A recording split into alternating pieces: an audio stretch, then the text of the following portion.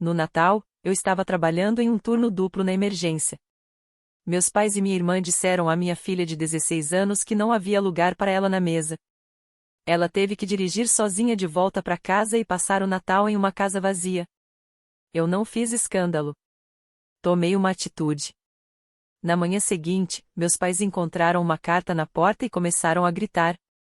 Na véspera de Natal, cheguei em casa por volta das 23h45, exausta. Tinha feito massagem cardíaca em um homem que jurava estar apenas cansado, mas ele já estava azul. Foi esse tipo de plantão. Então, quando vi as botas da Abai perto da porta, meu primeiro pensamento foi: alguém está sangrando. Depois vi o casaco dela jogado no braço do sofá, a bolsa de viagem ainda fechada e ela encolhida no sofá, dormindo daquele jeito tenso, meio desconfiado, como se o móvel fosse estranho. Fiquei parada, tentando entender. Ela deveria estar na casa dos meus pais. Era tradição passar a noite lá. Ela implorou para ir sozinha, recém-habilitada e orgulhosa disso. Saiu até mais cedo, querendo ser educada. Meu marido e eu estávamos nos dois trabalhando até tarde, então o plano fazia sentido até deixar de fazer. Abby, chamei baixinho. Ela abriu os olhos na hora, como se nem tivesse dormido de verdade. Oi? Por que você tá aqui? Ela se sentou devagar e deu de ombros. Disseram que não tinha lugar. Lugar onde? Na mesa, perguntei. A voz dela falhou no meio da frase. Tentou disfarçar com outro encolher de ombros. Não adiantou. Disseram que não estavam me esperando. Que já tinha gente demais. A vovó falou que não dava para puxar outra cadeira de última hora. Parecia nervosa, como se eu fosse mais um peso. Mas você chegou na hora, né? Sim, certinho. Ela abriu a porta e só olhou para mim, surpresa, como se eu tivesse aparecido na festa errada. Aí disse que também não tinha mais cama disponível. Pronto a desculpa reserva. Falou que não queria que eu dirigisse de volta tão tarde, mas também não sabia onde me colocar. Então eu vim embora. Alguém se ofereceu para te levar? Não. Fiquei olhando para ela. Pelo menos deixaram você comer? Outro encolher de ombros. A mesa estava lotada. A Lily estava no meu lugar. O vovô falava com ela como se fosse uma princesa. Ninguém olhou para mim. Aí a vovó disse: é que a casa tá cheia este ano. E a tia Janelle concordou. Então eu saí. Ela olhou para a mesa e completou: fiz torrada. Virei e vi uma única fatia de pão, fria, meio torta, em cima de um guardanapo de papel, com metade de uma banana ao lado. Aquilo foi o jantar de Natal dela. Senti algo se enrolar no peito. Não era raiva ainda não. Era aquela sensação fria e vítrea que vem antes de quebrar. Nem tava com fome mesmo, ela disse. De verdade. Foi aí que os olhos dela começaram a encher. Ela tentou segurar. Deus, murmurou, olhando para cima, piscando rápido, mordendo o lábio como se pudesse mastigar o choro. Eles fizeram parecer que eu tava me intrometendo, sussurrou. Como se aparecer depois do combinado fosse falta de educação. E então chorou devagar, silenciosa como uma torneira que você não consegue fechar por completo. Eu ia levar uma torta, ela disse. Mas achei que eles já teriam comida suficiente. Sentei ao lado dela e passei o braço por seus ombros. Ela se encostou em mim sem hesitar, como se estivesse cansada de se manter firme só por orgulho. Depois de um tempo, ela enxugou o nariz na manga. Eu sei que eles não gostam de você, disse. Mas eu pensei, parou no meio da frase. Você pensou que era só a filha, que não fazia parte disso, completei. Ela assentiu. Eles nem falaram de um jeito maldoso, acrescentou. Parecia só uma questão prática, como se eu fosse uma cadeira dobrável para a qual não havia espaço. Não consegui ir dormir logo. Fiquei na cozinha, olhando para a mala dela ainda fechada. Ela tinha feito tudo com tanto cuidado. Escolheu o suéter que minha mãe disse que gostava. Levou uma latinha com biscoitos que ela mesma fez. Abri a geladeira. Não havia nada de especial lá dentro. A gente não tinha planejado um Natal reserva. Por que faríamos isso? Nós confiávamos neles. E era justamente isso que eu não conseguia engolir. Não o pão frio com queijo ou a falta de comida. Nem o fato de ela ter dirigido sozinha de volta no escuro. Era o modo como eles olharam nos olhos dela, aquela menina doce, desajeitada e corajosa, que chegou pontualmente, com biscoitos e um sorriso, e disseram, com 28 pessoas dentro da casa, não há lugar para você. Eles não queriam dizer a não há espaço. Queriam dizer a não você. Na manhã seguinte, meu marido chegou em casa. Abby ainda dormia. Contei o que tinha acontecido. Ele ficou parado por um tempo e depois perguntou, então, o que a gente faz agora? Eu não respondi. Ainda não. Mas eu já sabia. Porque existe uma diferença entre virar a outra face e virar as costas para uma menina de 16 anos que só queria ser incluída. E eles escolheram a segunda opção. Eu não fiz escândalo. Fiz outra coisa. 2 semanas depois, meus pais receberam uma carta e começaram a gritar. Não lembro exatamente quando foi a primeira vez que me chamaram de esquisita. Provavelmente antes mesmo de eu saber o que a palavra significava. Quando eu tinha 6 anos, encontrei um passarinho morto e perguntei se podia dissecá-lo. Não por algo mórbido, eu só queria entender como ele funcionava. Minha mãe bateu no balcão da cozinha e gritou, Jesus, Kate, o que há de errado com você? Minha irmã Janelle gritou dizendo para todo mundo que eu queria fazer um zumbi. Fiquei de castigo por tê-la assustado. Aquilo meio que definiu o tom das coisas. Eu adorava livros de anatomia. Queria um microscópio de Natal. Fazia perguntas sobre circulação sanguínea durante o jantar. Na escola, eu era a que levantava a mão para responder. Na minha família, isso já bastava para ser chamada de exibida. Ninguém mais foi para a faculdade. A maioria nem terminou o ensino médio de primeira. Eu era a única que estudava durante os comerciais ou estudava, ponto. Quando eu tinha uns 12 anos, meu pai começou a brincar meio de verdade, meio de mentira, dizendo que eu não era realmente filha dele. Boa demais para ser minha, ele dizia, e ria. Uma vez, ouvi ele discutindo com minha mãe quando achavam que eu estava dormindo. Perguntou se ela já tinha traído ele, disse que sempre se perguntava isso porque eu não parecia com ninguém da família. Quase não dormi naquela noite. Nunca perguntei nada sobre o assunto. Até hoje, não perguntei. No ensino médio, Janelle já tinha aperfeiçoado o papel de filha de ouro. Era extrovertida, simpática, mediana na escola, mas excelente em transformar cada fracasso em uma história divertida. As pessoas adoravam ela. Sabia exatamente quando chorar, e fazia questão de que todos soubessem quem cuidava de mim, a irmã estranha, desajeitada, que não sabia levar uma piada. Costumava me chamar de a doutora esquisita na frente dos outros. Quando eu realmente virei médica, ela mudou o apelido para doutora dinheiruda. Um progresso, talvez. Quando ganhei a bolsa integral, meus pais ficaram estranhamente calados. Sem festa, sem abraço. Minha mãe perguntou quem eu achava que ia querer casar comigo, já que homens não gostam de mulheres que se acham mais inteligentes do que eles.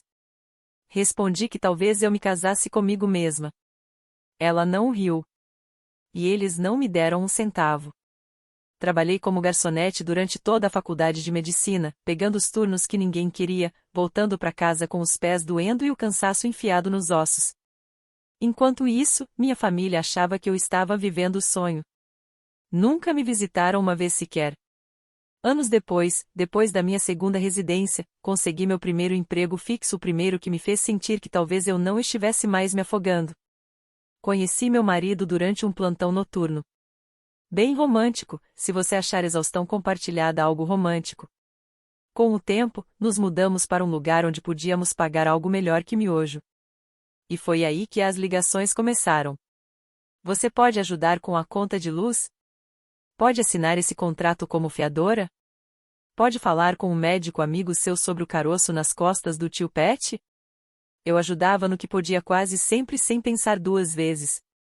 Quando meus pais começaram a se aproximar da aposentadoria, cedo demais e sem nenhuma economia, eu entrei em cena. Eles nunca tiveram uma casa própria, sempre alugaram. Crédito ruim, azar, ou qualquer outra desculpa do ano. Então comprei uma casinha simples, de 2 quartos, e entreguei as chaves para eles. Disse que era um presente, que eu cuidaria da hipoteca. A casa está no meu nome, mas eles vivem lá como se fosse deles. Aluguel, contas de luz e água quase sempre eu quem pago. Questões médicas eu tenho plano, então cuido disso também. Nunca dizia não. Até recentemente. Alguns meses atrás, Janelle ligou. Lily, a filha dela que nunca erra, tinha sido aceita no acampamento de verão super prestigiado de ciências e tecnologia. Ela tem o seu cérebro, disse Janelle, como se fosse um elogio. Isso pode mudar a vida dela. Perguntei quanto custava. $1.200, respondeu. Mas vale a pena. E você, de todas as pessoas, devia entender. Foi aí que parei de ouvir. Abby nunca foi a um acampamento de verão desses. Não porque não pudesse, mas porque nunca pediu. Ela é prática, ponderada. Jamais sonharia em me pedir uma quantia dessas, mesmo sabendo que eu poderia pagar. Disse a não a Janelle com educação, mas firmeza. Expliquei que já estava arcando com a hipoteca dos nossos pais, as despesas médicas e as emergências. Sugeri que ela tentasse uma bolsa ou um plano de pagamento. O tom dela mudou na hora. Uau! Deve ser ótimo ter tudo e ainda assim ser tão mesquinha. Ela é sua sobrinha. Você só tá com inveja porque a Lily vai chegar mais longe que você. Essa última teria sido engraçada, se eu não tivesse ouvido minha mãe dizer algo parecido uma semana depois, achando que eu não estava ouvindo. Aparentemente, eu estava atrapalhando a Lily do mesmo jeito que, segundo eles, sempre atrapalhei a Janelle, só por ser a inteligente a que fazia os outros parecerem piores. Só por existir. Não discuti. Não expliquei. Não me justifiquei. Apenas disse a não e dessa vez eu realmente quis dizer isso. Isso foi 3 semanas antes do Natal. Abby estava animada para a ceia. Disse que se sentia adulta por poder dirigir até lá sozinha. Tinha arrumado uma mala para dormir lá e até embrulhou pequenos presentes para os primos mais novos. Eu disse que haveria na manhã seguinte e pedi para me mandar mensagem quando chegasse. Ela mandou. Tudo parecia bem. Horas depois, quando entrei pela porta de casa, descobri que também havia sido cancelado. Abby olhou para mim do sofá, com um sorriso trêmulo que dizia, por favor, finge que isso não é um desastre. Com a voz mais baixa do mundo, contou que a avó tinha murmurado, não há espaço na mesa nem em lugar nenhum. Mesmo ela tendo contado 28 cadeiras ocupadas. Uma equação simples, com uma única variável, ela. Eu ouvi. Deixei as palavras baterem nas paredes da sala como uma mala pesada caindo no chão. Depois abracei minha filha e deixei o silêncio dizer o resto. Ela adormeceu ainda usando o suéter que tinha escolhido para impressioná-los. Quando a casa enfim ficou quieta, fiquei sozinha na cozinha, olhando para o lugar onde deveria estar o jantar de Natal dela. Revi mentalmente cada pagamento de hipoteca, cada conta quitada, cada só dessa vez, Kate que acabou virando para sempre. Eles não tinham ficado sem espaço. Tinham ficado sem gratidão. E usaram minha filha para me mandar o recado. Foi nesse instante que algo virou dentro de mim. Chega de explicações. Chega de negociações educadas. Eu nem perdi tempo decidindo se ia agir só quando. No carro, quase não trocamos palavra. Meu marido estava sentado ao meu lado, em silêncio, com a mão pousada levemente no meu joelho, como um fio de aterramento. Não era exatamente conforto, era presença. E isso bastava. A manhã depois do Natal sempre tem aquele silêncio enevoado, meio adocicado, como se o mundo ainda estivesse de ressaca de tanto açúcar e papel de presente. Eu só esperava que a casa estivesse vazia. Não estava. Havia 2 carros a mais na garagem. Reconheci um da Janelle. O outro devia ser de algum primo que ficou para comer as sobras. Saímos do carro. Segurei um envelope com força. Não tinha dormido. O plantão, a cena com a Abby, o prato de jantar frio ainda sobre o balcão, tudo isso zumbia no fundo da minha cabeça como um fusível queimado. Toquei a campainha. Esperei. Nada. Toquei de novo. Bati na porta. Silêncio. Vamos só deixar aí, disse meu marido, calmo. Fiquei parada mais um segundo, depois assenti. Voltamos em direção ao carro. Coloquei o envelope com cuidado no batente da porta, num cantinho onde o vento não o levaria. Estava abrindo a porta do motorista quando ouvi o rangido da tela, um passo arrastado de chinelo. Virei. Minha mãe apareceu enrolada naquele mesmo roupão felpudo que usava todo Natal, o tal que ela adorava dizer que tinha comprado com 90% de desconto. Ela se abaixou, pegou o envelope, abriu e começou a ler. O rosto dela ficou neutro, depois branco. Então gritou: Frank! A voz dela estalou, como um fio arrebentando. Frank, vem aqui. Ela tá nos expulsando. Meu pai apareceu na porta, ainda com as roupas do dia anterior. Mas que diabos é isso? Janelle veio logo atrás, ainda de pijama de Natal, segurando uma caneca, como se fosse mais uma manhã tranquila. O que tá acontecendo? Minha mãe virou e apontou para a entrada da garagem, como se eu fosse um animal de rua que tinha acabado de sujar a varanda dela. Sua ingrata, sua. Mas eu já estava no carro, arrancando, antes que pudesse ouvir o resto. Não precisava. Eu já conhecia o repertório. Quando chegamos em casa, meu celular já estava vibrando. Ignorei. Vibrou de novo. E de novo. Na sexta vez, atendi. Como você teve coragem? Minha mãe gritou. Sem um oi, sem pausa, sem fingir se importar com a Abby. Você perdeu a cabeça de vez. Afastei o telefone do ouvido, mas ainda ouvia meu pai berrando ao fundo: se fizer isso, não é mais nossa filha. Eles não perguntaram o porquê. Não quiseram saber o que aconteceu. Nem mencionaram a Abby. Nenhuma vez. Desliguei. Continuaram ligando. Aí começaram as mensagens da Janelle. Uma delas, juro, dizia: isso vai arruinar sua reputação. Pense na sua carreira. Ah, querida. Meus pacientes não ligam para onde meus pais moram. À noite, meu telefone parecia ter passado por um término de relacionamento: 32 chamadas não atendidas, 14 mensagens de texto, 3 mensagens de voz. Um primo ainda teve a audácia de mandar mensagem: não é minha praia, mas isso parece extremo. Você só tem uma mãe. Não respondi a nenhuma delas. Na manhã seguinte, bateram na porta. Olhei pelo olho mágico. Claro, minha mãe. Estava na varanda, ainda com aquele roupão felpudo, segurando a carta de despejo, agora amassada e úmida, como se tivesse apertado por horas a fio. Abri a porta, mas não a convidei a entrar. Ela não esperou. Você tá realmente fazendo isso? Sibilou. Depois de tudo que fizemos por você? Deixei o silêncio pairar um segundo, depois falei baixinho. Você quer dizer a casa que eu comprei para vocês? As contas que paguei? A cobertura médica que organizei porque o seu Medicare não cobria os remédios da pressão? Ela estremeceu por um instante, depois se endireitou, os olhos afiados. Nós te criamos. Nós te demos tudo. E nem deixou minha filha jantar, eu disse. Por um segundo, pareceu que ela foi parada, mas logo se recompôs. Não seja dramática. Não tínhamos cadeiras suficientes. Tinham 28 pessoas lá, até um vizinho. Ela apertou os lábios.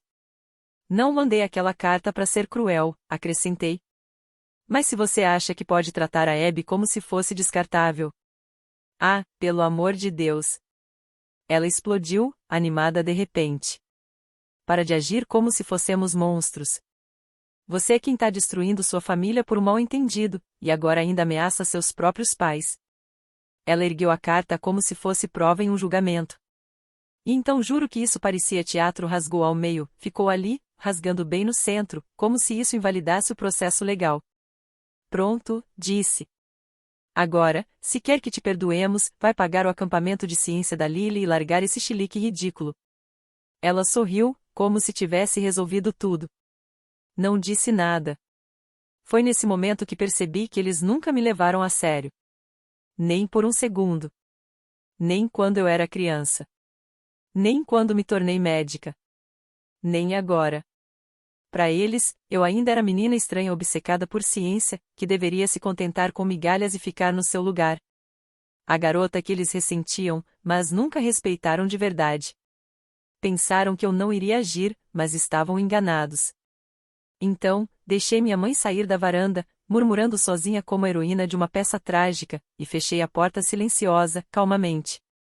Mas na minha cabeça, eu já estava planejando o próximo passo. Minha mãe rasgou a carta de despejo como se fosse um panfleto de limpeza de calhas bem na minha frente, logo depois de me acusar de egoísta, sem amor e instável emocionalmente. E ainda teve a audácia de sorrir e dizer: paga o acampamento de ciência da Lily e te perdoamos. Te perdoamos. Como se eles fossem as vítimas. Como se expulsar minha filha no Natal fosse um simples deslize de etiqueta, e não crueldade. 2 dias depois, marquei uma reunião com um advogado. Expliquei tudo: a casa no meu nome, a hipoteca que vinha pagando há 7 anos, as contas, o plano odontológico, os sacrifícios silenciosos. Ele não se abalou. Imagino que você queira um despejo formal, disse, como se fosse só sobre o clima. Assenti. O aviso foi enviado naquela mesma semana, 60 dias, legal, papel carimbado, assinatura obrigatória. E desta vez, eles não poderiam rasgar e fingir que não existia. Continuei pagando a hipoteca. Não ia deixar meu crédito morrer por causa de uma declaração. Mas tudo mais acabou. Contas de luz, água, internet, reembolsos médicos. Eles tiveram um curso intensivo de como é não receber apoio algum. 2 semanas depois, alguém bateu na minha porta. Era a tia Elaine. A boa tia, ou pelo menos eu achava. Ela trouxe uma lata de biscoitos e um olhar ensaiado de preocupação. Kate, disse, só quero conversar. Deixei-a entrar. Eu já sabia o motivo. Sentamos na cozinha. Eu servi chá. Nenhuma de nós tocou a xícara. Isso simplesmente não parece você, começou. Lá estava você, expulsando seus pais por um mal-entendido, acrescentou, suavemente. Ri uma vez, sem gentileza. Contei sobre a casa, as contas, a traição da véspera de Natal, como meus pais tinham acomodado 28 pessoas incluindo um vizinho e 2 primos com quem eu não falava há uma década, mas não sua própria neta. Não sabia, disse a tia Elaine. Eles não te contaram, corrigi. Ela saiu como quem não consegue o desouvir ou que acabará de ouvir. 3 dias depois, recebi uma mensagem. Antes eu não entendia. Agora entendo. Uma semana antes do prazo final, meu advogado ligou, eles não se mudaram nem um pouco. Então seguimos em frente, respondi. Listei a casa no mesmo dia, coloquei um preço justo, nada alto. Não queria extrair valor, só queria resolver. Um comprador fez uma oferta rápido. Famílias adoram aquela região, só queriam a casa vazia. Posse desocupada é necessária, lembrou meu corretor. Anotado, respondi. Não fui no dia da remoção. Os novos proprietários cuidaram de tudo pelos canais legais. Ouvi dizer que não foi bonito, mas o que veio depois não foi melhor. Janelle os acolheu. Claro que sim. Minha irmã sempre gostou de interpretar a filha perfeita. Dava entrevistas para os primos como se fosse uma turnê de imprensa. Ela está nos abandonando, dizia. Tudo por causa de um erro em um único feriado. 3 semanas depois, ela apareceu na minha porta, olhos vermelhos, cabelo preso num coque todo armado. Não consigo mais, disse, sem nem dizer oi. Eles estão brigando o tempo todo. A mãe acha que a sala é pequena demais. O pai diz que meus filhos fazem barulho. Se recusam a dividir o banheiro. Estou enlouquecendo. Encostei no batente da porta, braços cruzados. Eles precisam de um aluguel, ela disse. Você pelo menos podia ajudar com isso. Só o depósito. Não, Kate. Você viu ela ser rejeitada na véspera de Natal e ficou parada. Essa foi sua escolha. Esta é a minha. Ela piscou, depois se virou e foi embora. Uma semana depois, ela também os expulsou. Eles acabaram em um aluguel que ninguém teria orgulho. 2 quartos, um aquecedor, o degrau da frente inclinado como se fosse um encolher de ombros. A aposentadoria deles mal cobria aluguel e comida. Adeus às férias, aos jantares, ao cruzeiro que planejavam para o aniversário. Tentaram puxar simpatia da família estendida. Alegaram que eu os cortei sem aviso, que eu era instável, que sempre fui fria. Mas, naquela altura, eu já tinha falado discretamente com tios e primos, enviado cópias das contas que paguei, encaminhado a carta de despejo com carimbo de data e certificado. Um primo apenas respondeu, uau. Outro enviou um emoji de joinha. A família não se apressou para salvá-los, e eu também não. 2 meses depois, Abby e eu estávamos sentadas na varanda, tomando chá gelado. Sem planos, sem performance, apenas uma tarde tranquila. Não sinto falta deles, sabe? Disse ela. Eu também não, respondi. Meu telefone vibrou. Número desconhecido. Abri reflexivamente. Espero que esteja orgulhosa do que fez. Apaguei. Sem pausa, sem respirar.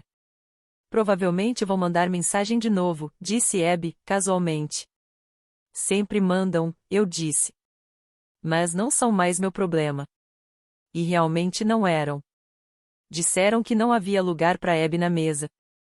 Agora não há espaço em nossas vidas para crueldade, controle ou manipulação. Avançando 2 anos. Eles ainda estão naquele aluguel caindo aos pedaços, ainda culpando todo mundo, menos eles mesmos. Abby está prosperando agora. Estuda o que ama.